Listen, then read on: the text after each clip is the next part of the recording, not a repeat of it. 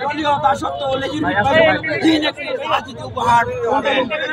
ছাত্র সংগঠনগুলো কোনো ছাত্র সংগঠন বা কোনো ছাত্র সংগঠনের নেতাকর্মীরা যদি এই দায়িত্বশীল ভূমিকা পালন করতে ব্যর্থ হয় তাহলে তার দায় কিন্তু সমগ্র ছাত্র রাজনীতির উপরে পড়বে। তাই আমরা আবারও বলতে চাই, বাংলাদেশের কোনো বিশ্ববিদ্যালয় কলেজে ক্যাম্পাসে 56,000 বর্গ মাইলে আবারও যদি কোনো ছাত্র সংগঠনের নেতাকর্মী কোনো দুর্বৃত্ত সন্ত্রাসীরা অস্ত্র হাতে বের হয়, আমরা বলতে চাই তারা ছাত্র নয়, তারা কখনোই ছাত্র হতে পারে না। আমরা এখানে বাংলাদেশ জাতীয়তাবাদী ছাত্র দলের নাম আসছে বারবার।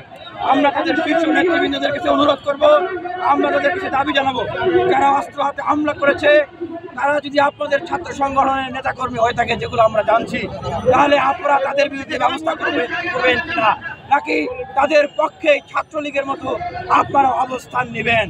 আমরা দেখছি যে অনেকে ছাত্র দলের এই কর্মকাণ্ডের জন্য জনাব তারেক রহমানকে মেনশন দিচ্ছেন যে আপনি ছাত্র দলের লাগাম পেতে হবেন। তার মানে আমরা এতদিন দেখেছি যে ছাত্রলীগের কর্মকাণ্ডের জন্য শেখ হাসিনাকে মেনশন করা হতো, শেখ হাসিনাকে ডাকা হতো, তাকে দায়বদ্ধ করা হতো। তাহলে ছাত্র দলের কর্মকাণ্ডের জন্য কোনো শিক্ষার্থীরা জনাব তারেক রহমানকে মেনশন করবেন। তার মানে ছাত্র দলে কি তাহলে ছাত্রলীগের মতো লেজিং ভিত্তিক ছাত্র সংগঠন কিনা? সেই জায়গা থেকে আমরা বলতে চাই, গণ অভ্যুত্থান পরবর্তী চাই। আর যদি আমার প্রিয় ভাই সন্দেহ করা হয় তাহলে আমরা প্রত্যাখ্যান করব না। আমাদের সরকারের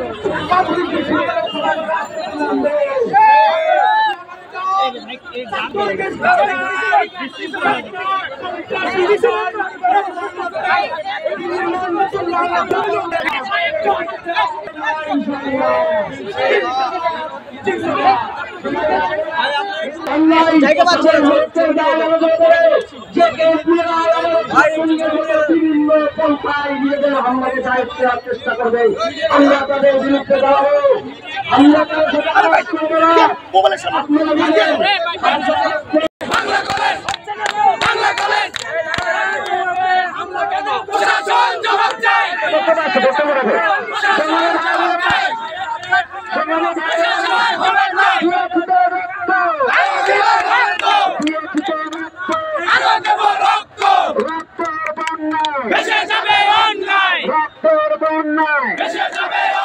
সংগ্রামী ভাই বোনেরা, সবাই মাইকগুলো এখানে দেন, মাইকগুলো এখানে দেন।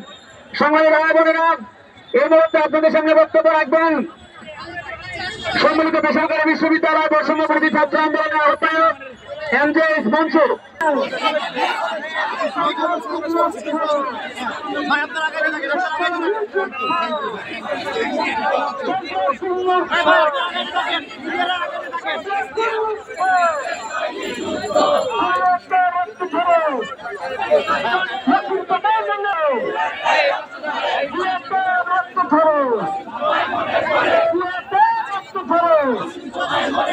শিক্ষা সন্ত্রাস একসাথে চলে না, একসাথে চলে না, শিক্ষা সন্ত্রাস একসাথে চলে না, শিক্ষা সন্ত্রাস একসাথে চলে না, বিএসপির রক্ত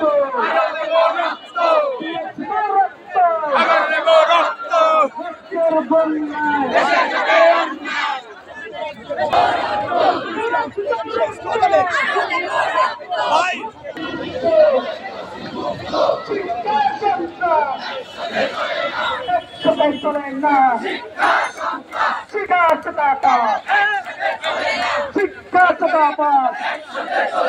শিক্ষা সন্ত্রাস শিক্ষা সন্ত্রাস সন্ত্রাসীদের কালো ভাব ভেঙে দাও গুড়িয়ে দাও সন্ত্রাসীদের কালো ভাব ভেঙে দাও গুড়িয়ে দাও।